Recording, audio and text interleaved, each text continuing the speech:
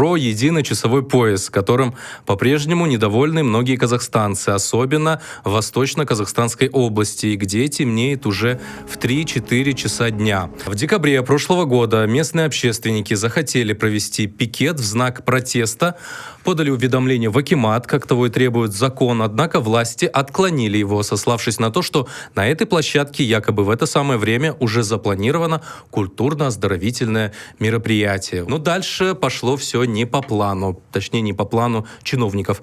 В указанный день, когда должны были пройти эти спортивные мероприятия, один из активистов, вот вы его видите, Леонид Карташов, пенсионер, кстати, не поленился и пришел узнать, какие именно культурно-оздоровительные мероприятия проходят на той самой площади. И выяснил, что никакие. После того, как он подал иск против городского акимата, суд вынес вердикт в пользу Карташова.